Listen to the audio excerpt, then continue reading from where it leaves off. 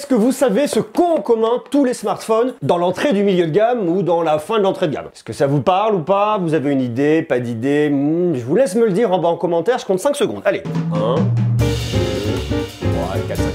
Bon, alors je vais vous le dire, c'est la grosse autonomie et c'est toujours là-dessus que vont vraiment venir tabler et cibler les constructeurs pour faire des smartphones dans la fin de l'entrée de gamme ou dans l'entrée de gamme ou alors carrément dans le début du milieu de gamme. Et c'est exactement la même chose pour Honor sur son nouveau smartphone, le Honor 10X Lite. Ils ont vraiment tablé sur une très grosse autonomie. Et c'est toujours la même chose qu'on va venir mettre en avant dans ce segment de prix.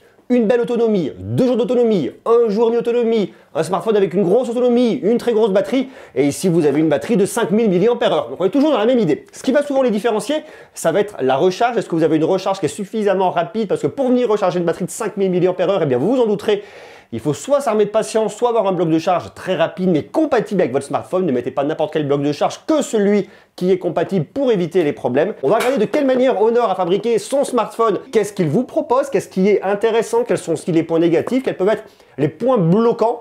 Je vais tout vous détailler comme ça, vous saurez tout sur ce nouveau smartphone de Honor, c'est le Honor 10X Lite. Et juste avant de commencer, laissez-moi vous préciser son tarif.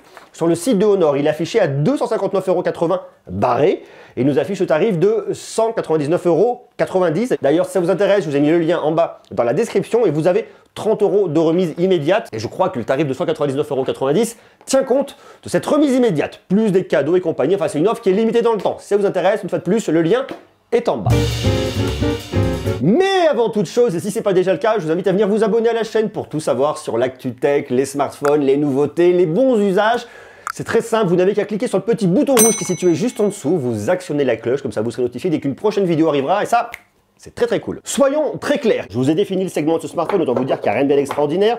On retrouve les boîtes classiques de Honor, de quoi ouvrir votre tiroir de carte SIM, juste ici à l'intérieur, vous avez votre bloc de charge, vous avez votre chargeur en USB, et de l'autre côté c'est de... Tadam, tadam. Et de l'autre côté c'est de l'USB-C, donc c'est cool. Un grand classique. Nous, ce qui vient nous intéresser ici, c'est ce smartphone. Alors la première chose qu'on voit, en tout cas qu'on sent quand on le prend dans la main, et c'est vraiment ce qui m'a frappé tout de suite, c'est que je le trouve un petit peu lourd.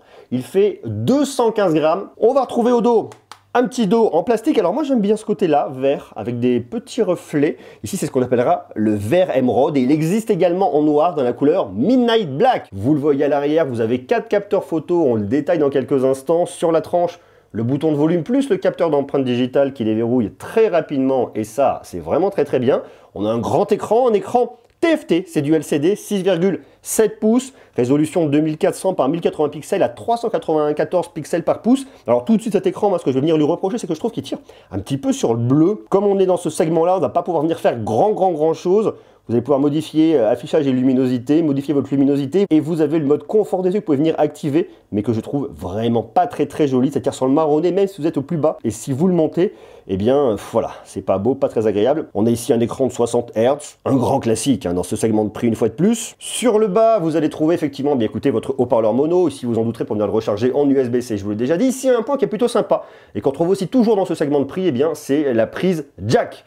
Le micro sur le côté, ici vous avez un tiroir de carte SIM avec double nano SIM plus carte micro SD, je vous en parle dans quelques instants, et sur le dessus, vous avez le micro pour la réduction de bruit. Tout ce que vous retrouvez là, c'est un grand classique par rapport à ce que vous retrouvez une fois de plus sur les smartphones dans ce segment de prix. La différence peut se faire d'un constructeur à l'autre au niveau de la résolution. Certains seront en HD+, certains en Full HD+, ça va être un peu le point de différence. Sinon, dans l'ensemble, c'est sensiblement la même chose. Ce qui peut aussi différencier un constructeur à l'autre, comme ça, on se voit une vision un peu globale au niveau de l'univers du smartphone. Et bien c'est l'emplacement du capteur d'empreinte digitale qui est ici sur la tranche, qui trouve très facilement sa position, qui est très bien, et qui vous évite de l'avoir au dos. Certains constructeurs le laisseront encore au dos. Bon, une fois de plus, c'est un choix de fabricant, ça ne change pas grand chose au produit, c'est juste une question d'esthétique et de praticité. Mais là où Honor, Huawei, font partie du même groupe, sont extrêmement différenciants, c'est sur toute la partie logicielle. Ici, vous avez Magic UI 3.1, basé sur un Android 10, et bien évidemment avec les Huawei Mobile Services, les HMS, c'est-à-dire que vous n'avez pas les services de Google. Vous allez donc avoir un smartphone qui va plus être dédié à des personnes qui sont connaisseuses, des personnes qui aiment venir gratouiller et qui n'aiment pas les services Google et qui ne veulent pas Google. On parle donc ici d'utilisateurs avertis. Huawei, et je vous l'ai déjà dit depuis un bon petit moment, a développé une alternative au Play Store de Google puisqu'ils ne l'ont plus à cause de l'embargo américain. Vous allez donc retrouver ici l'App Gallery. L'App Gallery qui est un catalogue d'applications qui s'étoffe toujours plus Et pour les applications que vous ne trouverez pas dans l'app galerie, eh bien vous avez Petal Search. Ça c'est vraiment quelque chose à savoir lorsque vous venez acheter ce smartphone parce que ne vous attendez pas à avoir votre catalogue d'applications de Google un peu standard, vous ne l'aurez pas. Tout se passe ici, dans l'app galerie. L'app galerie, comme je vous le disais, c'est un catalogue d'applications qui se développe de plus en plus. Vous avez du TikTok, vous avez du Coyote, il y en a beaucoup.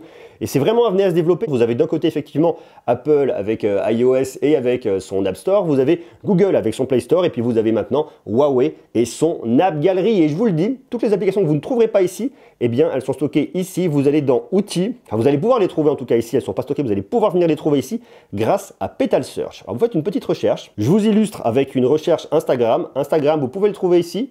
Et vous voyez que Instagram, il est disponible sur APK Pure. Vous allez donc pouvoir venir télécharger le fichier applicatif. C'est l'équivalent du .exe sur Windows. C'est une APK. Huawei Honor met le paquet pour vous aider à trouver toutes vos applications préférées très facilement dès lors que les développeurs d'applications mettent à disposition les APK. Si les APK ne sont pas disponibles, eh bien vous ne les aurez pas. Et pour tous les services qui sont dépendants des services Google, eh bien vous n'irez pas très loin, notamment l'application YouTube. Alors vous n'aurez pas l'application YouTube directement dans votre smartphone, mais vous pourrez le regarder depuis votre navigateur. Donc ce sont des petits hacks, des petites astuces à connaître. Et une fois de plus, ce smartphone-là et les smartphones aujourd'hui de Huawei et Honor qui n'ont pas la licence Google, parce qu'il en existe encore certains qui ont la licence Google. Ceux qui n'ont pas la licence Google, il faut vraiment venir connaître ces points-là, savoir si du coup c'est contraignant pour vous, si c'est problématique, oui ou non. D'ailleurs vous, dites-moi ce que vous en pensez en bas en commentaire. Côté performance, on est sur un smartphone milieu de gamme, on est sur un Kirin 710A. C'est assez honnête, hein, ça fait le taf, hein. On va pas faire tourner les jeux les plus performants dessus, mais pour faire tourner quand même pas mal de petits jeux, eh bien ça fonctionnera sans aucun problème. Vous avez ici 4 Go de RAM avec 128 Go de stockage, suffisamment de stockage, donc ça c'est bien. Et puis surtout, vous avez une carte micro SD pour venir l'augmenter jusqu'à 512 Go. Autant vous dire, oh là là, je fais n'importe quoi, que vous avez vraiment de quoi faire ici. Et comme je vous le disais en début de vidéo, ce qui fait la force des smartphones dans ce segment de prix, eh bien c'est la très grosse batterie et la belle autonomie. Ici, Honor n'a pas dérogé à la règle, vous avez une batterie de 5000 mAh, et avec une batterie de 5000 mAh, vous pouvez tenir jusqu'à 2 jours avec un usage modéré. Une journée avec un usage vraiment un peu costaud, autant vous dire que vous avez vraiment de quoi faire. Une journée et demie en fonction de ce que vous allez en faire, une fois de plus. D'ailleurs, dites-moi vous, quels sont vos usages avec votre smartphone? Est-ce que vous êtes plus sur une journée parce que vous l'utilisez beaucoup, ou alors 2 jours parce que vous êtes vraiment tranquillou? Marquez-le moi en bas en commentaire. Et ce qui fait souvent la différence, eh bien, c'est la rapidité de recharge. Ici, on a la Honor Supercharge, c'est de la recharge 22,5 watts. Vous vous en douterez, avec une batterie de 5000 mAh pour la recharger de 0 à 100%, il faut vous armer de patience. On dirait à peu près 1h20, 1h30. Si par contre vous avez besoin de le recharger rapidement parce que vous n'avez plus beaucoup de batterie, eh bien vous le branchez et en 10 minutes, un petit quart d'heure, vous êtes reparti pour un bon petit moment. Donc il y a un côté un peu rassurant là-dessus. Autre point qui est très important en termes d'usage, c'est toute la partie photo. Ici, vous avez pas moins de 4 capteurs, vous les voyez. Le tout premier que vous avez ici de ce côté-là, c'est un capteur macro de 2 mégapixels qui a une ouverture de f2.4. En haut, ici, vous êtes sur un ultra grand angle, 8 mégapixels f2.4. Juste en dessous, c'est votre grand angle, capteur principal 48 mégapixels qui ouvre f1.8. Et en dessous, c'est le capteur de profondeur de 2 mégapixels qui ouvre f2.4. Tandis qu'à l'avant, vous avez une caméra de selfie de 8 mégapixels qui ouvre f2.0. Une fois de plus, on est sur une configuration qui est vraiment classique dans ce segment de prix. Le capteur qui va être le plus intéressant, vous en douterez, c'est votre 48 mégapixels qui vous servira pour faire des photos un peu plus standard, les photos que vous allez le plus utiliser. Vous n'avez pas de téléobjectif, donc dès que vous allez venir zoomer jusqu'à un zoom x6 maximum, eh bien vous allez perdre en qualité. Le x2 ira à peu près, le x6 c'est un peu moyen. Je vous montre le résultat des photos dans quelques instants. L'ultra grand angle, vous allez voir, c'est bien, mais il vous faut beaucoup de lumière pour faire des photos de bâtiments, de groupes d'amis en extérieur. Dès que vous avez moins de lumière, ça sera moins ça. Et puis les deux capteurs de 2 mégapixels, que ce soit pour la profondeur ou pour la macro, c'est plus gadget. Une fois de plus, on est sur un smartphone qui coûte aujourd'hui, en tout cas tout de suite, un peu moins de 200 €, donc on va pas s'attendre à ce qu'il fasse des merveilles. Comme on peut le voir ici, la gestion de la lumière n'est pas extraordinaire. On a vraiment toute la zone d'ombre ici, au niveau de l'arbre. On voit pas grand chose, ça c'est un petit peu dommage. On voit par contre bien le ciel, le bâtiment. Bon, ok, voilà, rien de bien exceptionnel là-dessus. On continue avec l'ultra grand angle. Là, on capte tout de suite beaucoup plus de lumière. Et je dirais que le truc qui est un peu intéressant avec l'ultra grand angle, eh bien, c'est qu'on n'a pas de déformation. On a une vraie correction ici, justement, de la déformation. Donc ça, c'est plutôt pas mal. On perd un peu en précision. Mais bon, une fois de plus, on est sur un ultra grand angle, sur un smartphone qui ne coûte pas très cher, donc rien de bien déconnant là-dessus. On se rapproche avec le x2. Comme on est sur le capteur principal, et bien on a toujours le même problème ici au niveau de la gestion de la lumière. Et dès qu'on se rapproche sur le x6, on le voit sali, c'est traitement logiciel, mais c'est normal. On fait ici exactement le même exercice, mais de l'autre côté, on arrive un peu plus à deviner un peu les arbres, mais c'est pas non plus extraordinaire. L'ultra grand angle, je dirais que c'est à peu près la même chose. Le x2 et le x6 qui n'est absolument pas exploitable. On continue ici sur ce petit bosquet. Bon, voilà, ça fera à peu près l'affaire. L'ultra grand angle sera plus saturé. Quand même une différence entre les deux, hein, vous voyez, c'est assez rigolo. Et dès qu'on se rapproche, tac, avec le x2, on perd en précision, et le x6, ça lisse, on n'y voit rien. Alors la macro, je suis pas très fan, hein. En fait, il y a une distance de 4 cm. Je trouve qu'on n'y voit pas globalement grand chose, et c'est toujours le reproche que je viens faire au niveau des photos en macro là-dessus. C'est pas génial. La caméra de selfie fera le taf, mis à part que là j'ai une tronche qui est absolument horrible, il faut pas s'endormir, monsieur Greux. Et le mode portrait détourne pas trop mal, la gestion de la lumière n'est pas extraordinaire, la peau est assez bizarre, la couleur de la peau, il n'y a pas un côté très naturel. On a un résultat qui est assez approximatif, mais sur ce typologie de photo là, sur ce smartphone là, rien de bien surprenant. Honor nous propose donc ici sa version du smartphone d'entrée milieu de gamme ou de fin de gamme de l'entrée de gamme.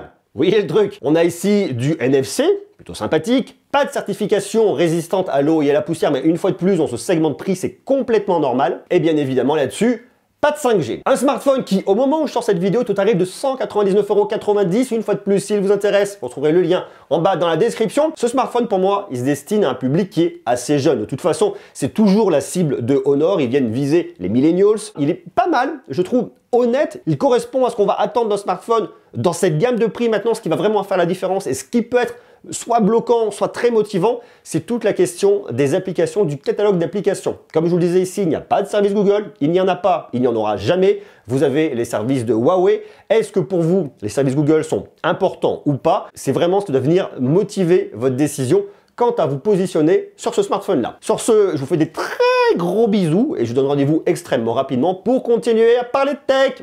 Beaucoup d'amour, à très vite. Ciao, et prenez soin de vous, surtout.